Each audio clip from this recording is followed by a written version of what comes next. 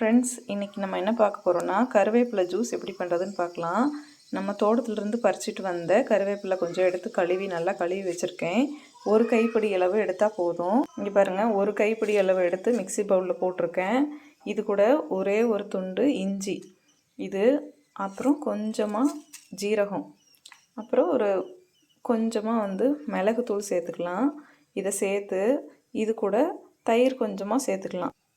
நான் டெய்லியும் தயிர் போட்டு வைப்பேன். ஏன்னா பாப்பாவங்களாம் தயிர் சாப்பிடுவாங்க. இதிலேருந்து ஒரு 2 சின்ன கரண்டியில் தான், நம்ம சட்னியெல்லாம் போடுவோம்ல, அந்த கரண்டியில் 2 கரண்டி அல்லது உங்களுக்கு தேவையான அளவு கொஞ்சமாக ஊற்றி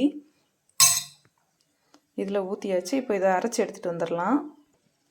அரைச்சி எடுத்துகிட்டு வந்தாச்சு. இது நம்ம இது கூட தண்ணி கலந்துக்கலாம். ஏன்னா நாங்கள் 3 பேர் குடிப்போம். நான் குடிப்பேன், பாப்பா, அம்மா 3 பேரும் குடிப்போம். இல்லை தண்ணி கலந்துட்டு இதை ஃபில்ட்ரு பண்ணிக்கலாம். இதை ஃபில்ட்ரு பண்ணோன்னா அந்த கருவேப்பிலையோட துதியெல்லாம் வந்துடும். ஸோ குடிக்கிறதுக்கு நல்லாயிருக்கும்.